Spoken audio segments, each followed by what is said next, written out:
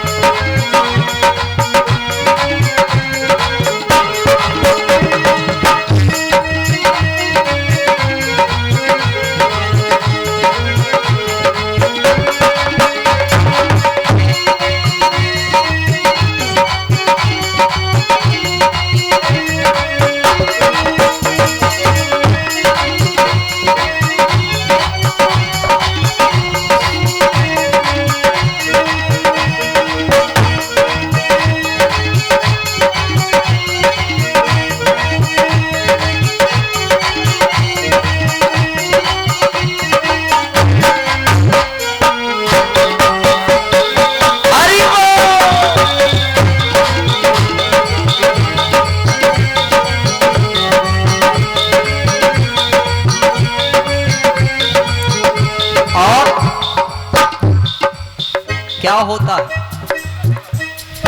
अमर कथा भोले ने और पूरी जब कह दी है। अमर कथा भोले ने और पूरी जब कह दी है। आँख खोल कर देखा तो गौरा सोए गई है। आँख खोल कर देखा तो गौरा सोए गई है। गौरा के बदले में कथा सब, गौरा के बदले में कथा सब तोता ने सुन ली है। अरे हाँ, तोता ने सुन ली है। तो गौरा के पड़ गए सोता हो करा दे रहो तोता। गौरा के पड़ गए सोता हो करा दे रहो तोता।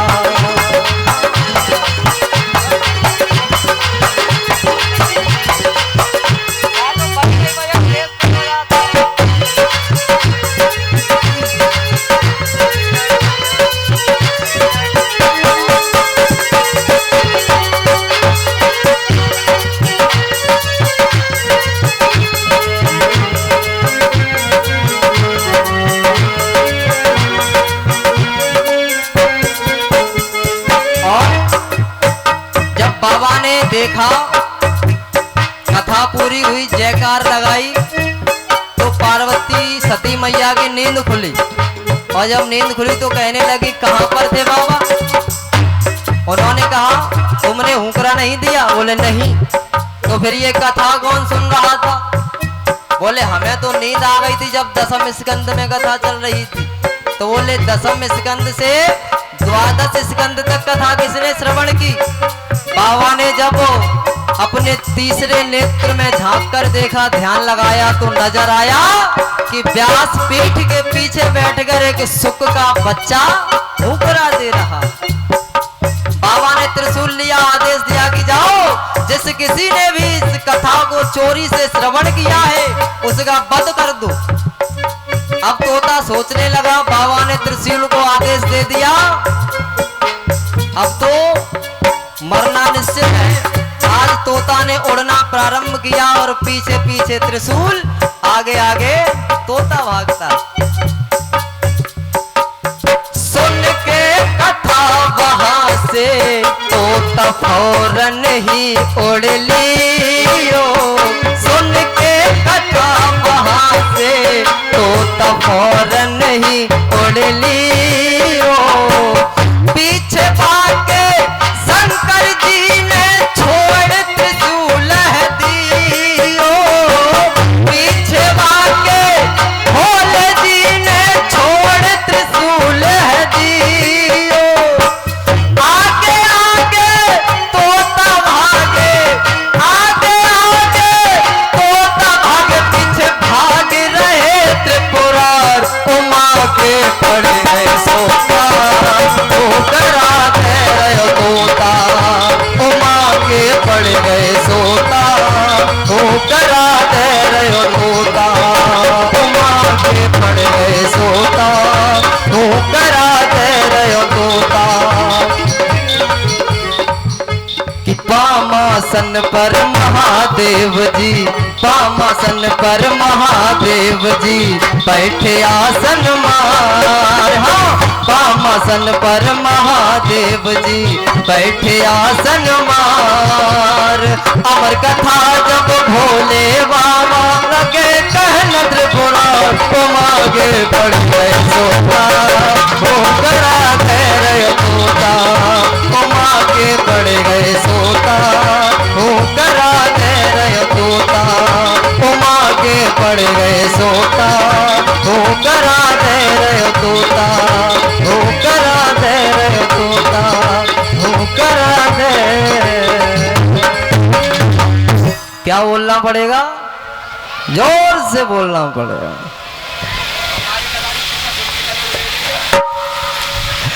इधर क्या हुआ, आज जब वो सुख का बच्चा उड़ रहा था तो मन में विचार करने लगा कि मैं गौलोक धाम से राधा मैया की गोद को छोड़कर आया, यहाँ आते ही मुझे ये दुखों का सामना करना पड़ा। अब यदि कोई मेरी रक्षा कर सकता है तो वो एक माँ ही कर सकती है। उड़ते जा रहे तो उन्होंने क्या देखा कि जंगल में एक कुटिया नजर आती है। जब कुटिया नजर आई तो व्यास भगवान की जो पत्नी थी जिनका नाम था बिट्टिका देवी, वो अपने केसों को सुखा रही थी। और जब केसों को सुखा रही थी, सुख ने देखा कि एक माँ की गोद छोड़ी तो ये कष्ट मिला, अब यही माँ है जो मेरी रक्षा कर सकती है। जैसे ही उन्होंने जमुहाई ली तो वैसे ही वो सुख का बच्चा प्रवेश कर गया उधर में, और प्रवेश कर गया। अब त्रिशूल महाराज वहां खड़े, क्यों? मारने के लिए आदेश दिया गया है। अब एक के पीछे दो मौत नहीं कर सकते, अनर्थ हो जाएगा। अब बाबा जब त्रिशूल समय से वापस नहीं पहुंचा तो बाबा भोलेनाथ भी वहां पहुंच गए। उन्होंने व्यास जी से कहा कि अरे व्यास, आपके इस कुटिया के अंदर मेरा एक चोर आ गया है जिसने चोरी से अमर कथा को श्रवण किया। हम उसे मारने आए हैं, आप उसे बाहर निकालें। अब इधर विष्णु भगवान ने विचार किया कि बाबा भोलेनाथ अभी अपनी बुद्धि से काम नहीं ले रहे हैं। वो भी वहां प्रकट होते हैं और कहते हैं अरे भोलेनाथ आप किसे मारने आए हो? बोले जिसने चोरी से कथा श्रवण की। बोले कौन सी कथा श्रवण की? अमर कथा। कितनी श्रवण की? बोले शुरू से लेकर प्रथम स्कंद से द्वादश स्कंद तक। बोले आप ही बताओ, जिसने अमर कथा श्रवण की हो क्या आप उसका वध कर सकते हो? क्यों? जो अमर कथा एक बार सुन लेता है वो अमर हो जाता है, वो कभी मरता नहीं है। बाबा भोलेनाथ की बुद्धि ठिकाने पहुंची। बाबा भोलेनाथ बोले ठीक है, वापस चले जाते हैं। समय बीतता गया महाराज। 12 वर्ष हो गए और जब 12 वर्ष हुए, वार्तालाप हुआ तो व्यास जी महाराज ने कहा, अरे पुत्र तुम्हारी मैया को बहुत कष्ट हो रहा है, बाहर आओ। तो शर्तें हो जाती हैं। बोले विष्णु की माया मुझे ना सताए और हमारा और तुम्हारा पिता पुत्र का रिश्ता नहीं होगा, तब तो मैं बाहर आऊँगा, अन्यथा नहीं। उन्होंने कहा ठीक है। आज 12 वर्ष के बाद सुखदेव भगवान का प्राकट्य होता है। प्रेम से बोलिए सुखदेव भगवान की, बोलिए व्यास भगवान की जय। जय श्री राधे। आगे की कथा परम पूजनीय, परम आदरणीय, परम श्रद्धेय गुरुदेव के मुखार बिंदु से आप सभी लोग श्रवण करेंगे। आप सभी लोग जोरदार तालियां बजाकर परम पूजनीय गुरुदेव का स्वागत करें, अभिनंदन करें, वंदन करें। एक बार दोनों हाथों को उठा के बोलेंगे राधे।